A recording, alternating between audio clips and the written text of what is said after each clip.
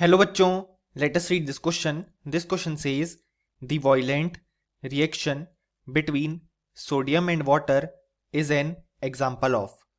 और हमारे ऑप्शंस हैं option A reduction, option B oxidation, option C redox reaction, option D neutralization reaction. So इस question में हमसे कहा गया है कि जो वायलेंट रिएक्शन होती है बिटवीन सोडियम एंड वाटर वो किस रिएक्शन का एग्जाम्पल है. सो इस क्वेश्चन को सॉल्व करने के लिए हमें जो की कॉन्सेप्ट रिक्वायर्ड है वो है concept of oxidation and reduction. अब यहाँ पे अगर हम रिएक्शन देखें बिटवीन सोडियम और वाटर तो हमें फॉर्मेशन देखने को मिलता है यहाँ पे NaOH और हाइड्रोजन गैस का. और हम जानते हैं ये रिएक्शन बहुत ही वायलेंट होती है क्योंकि यहाँ पे हाइड्रोजन गैस हमारे पास बर्न होती है, जिस कारण से यहाँ पे इस रिएक्शन का हमें वायलेंट नेचर शो होता है. अब यहाँ पे अगर हम देखें तो सोडियम का इस केस में ऑक्सीडेशन नंबर है 0 और यहाँ पे है +1 क्योंकि NaOH में Na+ और OH- होगा. सो सोडियम के पास +1 ऑक्सीडेशन स्टेट होगा.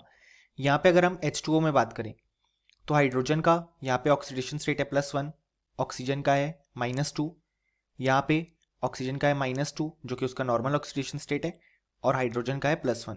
यहाँ पे H2 में हाइड्रोजन खुद से ही कंबाइंड है सो उसका ऑक्सीडेशन स्टेट है यहाँ पे 0. सो अगर हम देखें तो हमारे पास यहाँ पे जो चेंज आ रहा है वो आ रहा है इन दी ऑक्सीडेशन स्टेट ऑफ सोडियम कि यहाँ पे उसका ऑक्सीडेशन स्टेट इंक्रीज हो रहा है, यानी कि सोडियम का हमें ऑक्सीडेशन देखने को मिल रहा है क्योंकि उसका ऑक्सीडेशन नंबर जो है वो यहाँ पे इंक्रीज कर रहा है.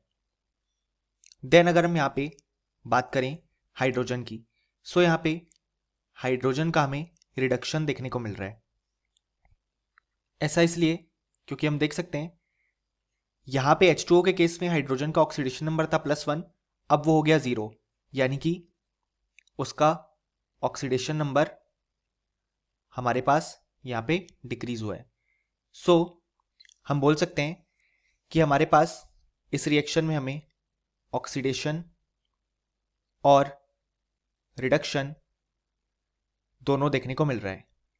सो ऐसी रिएक्शन जिसमें हमें ऑक्सीडेशन और रिडक्शन दोनों देखने को मिलता है उसे हम बोलते हैं रिडॉक्स रिएक्शन.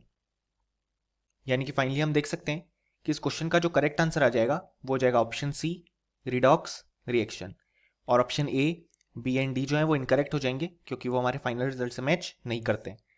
सो फाइनली हमें बोल सकते हैं कि इस क्वेश्चन का हमारे पास जो करेक्ट आंसर आ गया वो आ गया option C. Hope you understood it well. Best of luck.